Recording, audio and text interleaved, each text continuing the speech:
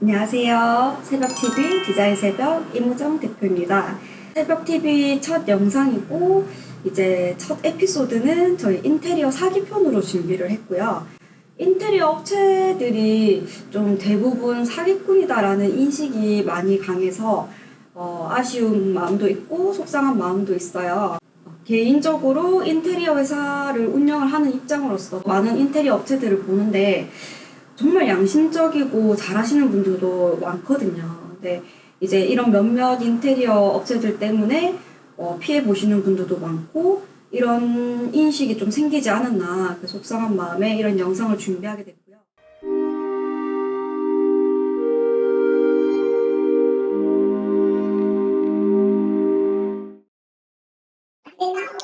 아무래도 저희도 너무 준비 없이 시작을 하다 보니까 이런 분야에 대해서 알 수 있는 기회가 너무 많이 없잖아요. 다른 매체를 통해서 여러 가지로 알아보려고 했는데도 불구하고 정말 유튜브 폴베이듯이 사기를 당하는 경험을 하고 나니까 많은 사람들이 또 많이 겪을 수 있는 피해라고 생각이 돼서 좀 알려드리고 싶어서 응하게 됐어요.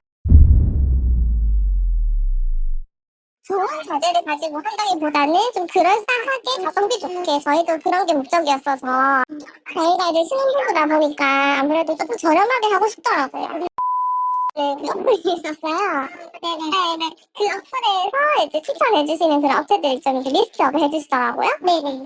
거기에서 이제 몇 군데를 알아보다가 그 나름대로 선정을 하게 되기는 했어요.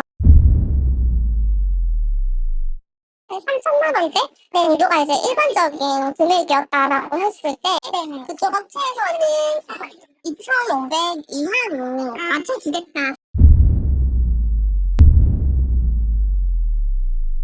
이제 거기에서는 그 업체를 소개해주는 입장이라고 보다는 그냥 연결하는 그냥 매개체다 보니까 책임 소재는 없었죠.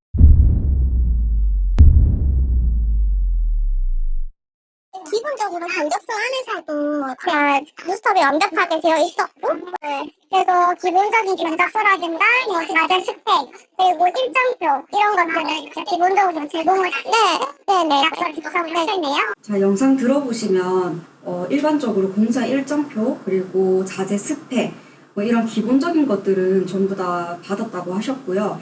솔직히 일반적인 회사에서 다 이런 식으로 진행을 하니까 이게 과연 사기일까라는 생각을 저 같아도 못할 것 같아요. 일단 다시 한번 들어보시죠.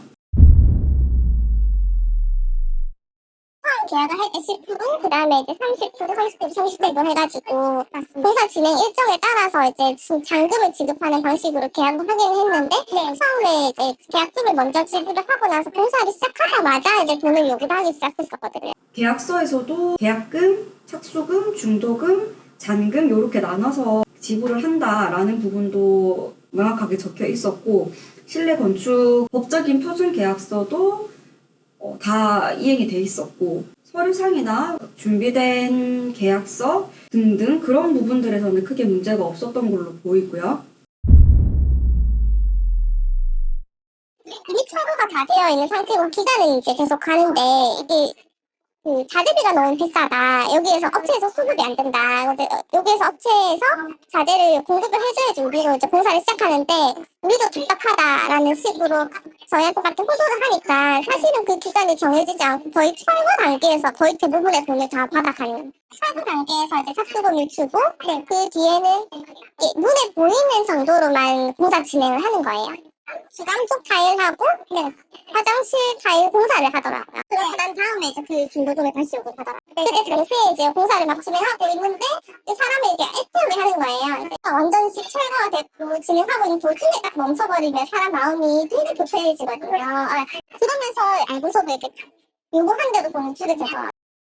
일단 문제가 있었던 부분이 들어보면은 이제 계약금을 지불을 하고 철거날 착수금을 지불을 하고 그 뒤부터 50%에서 60% 정도 지금 지급이 된 상태에서 갑자기 자재 발주를 넣어야 되는데 자금이 부족하다 아니면은 뭐 계속 디자인적인 부분에 대해서 와를 바꾼다던가 그런 부분들이 이제 점점 시작이 되는 거죠. 인테리어 사기의 첫 시작이라고 보시면 돼요. 자재 발주를 넣어야 되는데 뭐 자재비가 너무 많이 올랐다. 솔직히 이런 부분들은 업체들이 당연히 감수를 해야 될 부분이고, 인테리어 면허라든지 그리고 이제 법인회사라든지 이런 거를 보는 이유가 이런 자본금 문제로 인해서 자본금이 이 회사에 보유하고 있냐 없냐를 유무를 따져서 나오는 게 면허기 때문에 이런 부분들은 솔직히 말도 안 되는 일이라고 생각을 하시면 되고요. 계약서대로 진행을 하지 않고 계속 이제 돈을 요구를 하는 상황이 발생이 되는데, 고객 입장에서는 이미 50%에서 60% 정도 지불을 한 상태에서 공사가 계속 중단이 되고 뭐 밀리고, 공사 어쨌든 이사 날짜는 정해져 있을 거 아니에요? 그런데 계속 이렇게 딜레이가 돼버리면은 고객 입장에서도 답답하고 뭐 조금 압박감이 들죠. 좀 촉박한데 이사 날짜가 이제 얼마 안 남았는데 이 기간 안에 맞춰서 진행을 해야 되는데, 어쩔 수 없이 이제 계속 말려들면서 돈을 조금씩 지불을 하게 되고, 결국은 나중에는 눈 떠보니 돈을 다 지불하고 있는 상태로 이제 가면서 사기를 당하시는 거예요.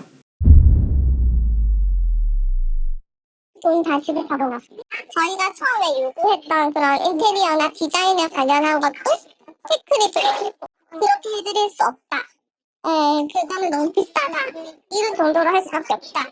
이렇게 갑자기 이제 바뀌면서, 근데 연락도 잘 안 받고, 연락이 됐다고 하면은 자꾸 회피하고, 근데 현장에도 한번 와서 벽지를 어떤 걸로 할까요? 뭘 하면서 색깔도 보여주고 인테리어 상의도 하고 하면서, 그리고 이렇게 안심시키고 갔는데 다시 진행을 안 하고, 그거를 이제 마무리하려는 타이밍을 그냥 보고 있는 것 같았어요. 제보해주신 고객님도 얘기하는 거를 들어보면은 계속 뭔가를 하고 있는 뉘앙스를 보여주셨대요. 그 업체에서도 이제 와서 계속 뭐 벽지도 골라보고 뭐 다른 자재 샘플도 들고 와서 이건 어떻냐 저건 어떻냐 뭐 내일은 이런 거 진행할 거다라는 식으로 계속 얘기를 해주시는데, 결국에는 또 진행이 안 되고 뭐 어느 날 기후로 인해서 뭐 딜레이를 시킨다든지, 그러니까 여러 변명으로 인해서 계속 공사 일정의 딜레이가 되고 있었거든요. 그래서 이런 부분들을 살펴보면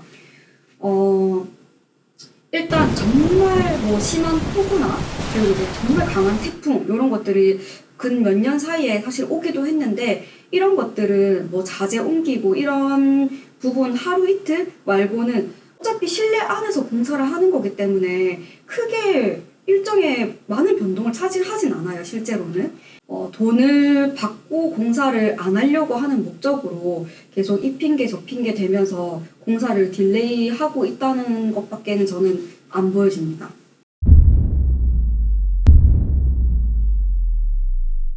그 사장님 같은 경우에는 법인 회사만 냈지만 인테리어와는 전혀 관계가 없는 사람이었고, 그리고 여러 가지 지금 다른 분야에서는 지금 벌려놓은 게 많아가지고 자기도 지금 자금 조달이 안 돼서 그 다른 사업을 급한 돈을 메꾸기 위해서 일단 저희 돈을 사용해서 돌려막기식으로 이제 했었던 거 같더라고요. 이분도 되게 젊은 신혼부부지만은 인테리어 사계에 관해서 좀 두려움도 있어서 많이 알아보시고 많이 공부하시고 계약을 하신 분이거든요. 사실 면허도 있고 법인 회사인데 직원들도 많았는데 이런 일을 당할 거라고는 정말 상상도 못할 거거든요, 고객 입장에서는.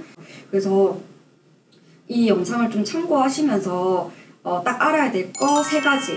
첫 번째는 꾸준하게 포트폴리오나 뭐 활동을 하고 있는 업체인지, 두 번째는 이제 계약서에 적혀 있는 날짜에 딱 맞게끔 공사 상황을 잘 살펴보고 돈을 지급을 하는 거. 그리고 이제 3번째, 자재 스펙이나 뭐 이제 디테일한 자재 설명, 인건비 이런 부분들이 잘 기재가 되어 있는지.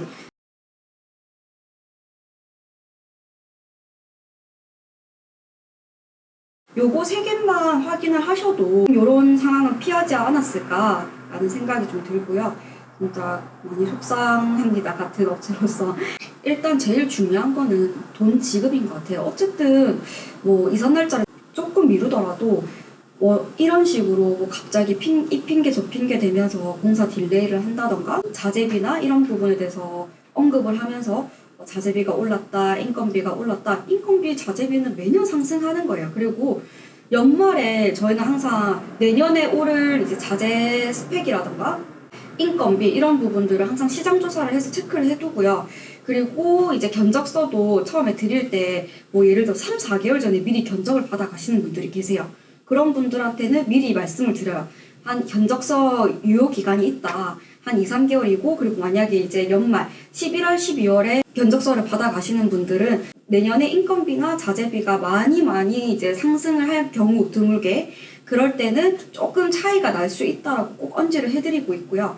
그렇다고 해도 저는 이때까지 8년 동안 저는 인테리어를 하면서 뭐 자재비나 인건비가 정말 3, 4배로 이렇게 뛴 적은 없었어요. 최근에 이제 좀 많이 뛰었던 게 한 1.5배 정도? 그 정도 이제 뛰었고, 그리고 이제 건축사, 이제 건설사, 뭐 정말 아파트를 짓건 몇천 세대, 몇백 세대, 오피스텔 이런 것들은 자재비가 많이 오르면은 당연히 이제 무리가 오죠. 이제 그만큼 자재를 많이 준비를 해야 되니까요. 집 인테리어라든지 뭐 작은 상가 인테리어라든지 이런 부분들은 크게 막 자재가 막 억대로 들어가는 게 아니기 때문에 뭐 한 1.5배, 뭐 2배까지 올라도 크게 이런 로스까지 저희는 다 포함을 해서 견적을 애초부터 드리기 때문에 이런 걸로 공사를 중단을 하거나 고객한테 요구를 하는 거는 저는 말이 안 된다고 생각을 해요. 그래서 이런 부분들은 조금 잘 참고를 해주시면 좋을 것 같고, 저희 이제 에피소드 2편에서는 전문 로펌 변호사님 또 모시고 한번 법적인 자문, 저는 이제 또 법적인 전문가가 아니기 때문에 이런 만약에 진짜 인테리어 사기를 당했다 그랬을 때 이제 이 편에 나오는 그런 법적인 자문이랑 이제 뭐 사기를 당했을 경우에 대처하는 방법, 민사소송 이런 부분들도 다 알려드릴 테니까 이 편도 같이 참고해 주시고 시청해 주시면 감사할 것 같습니다. 구독과 좋아요 많이 눌러주시고 다음 편도 기대 많이 해주세요. 감사합니다.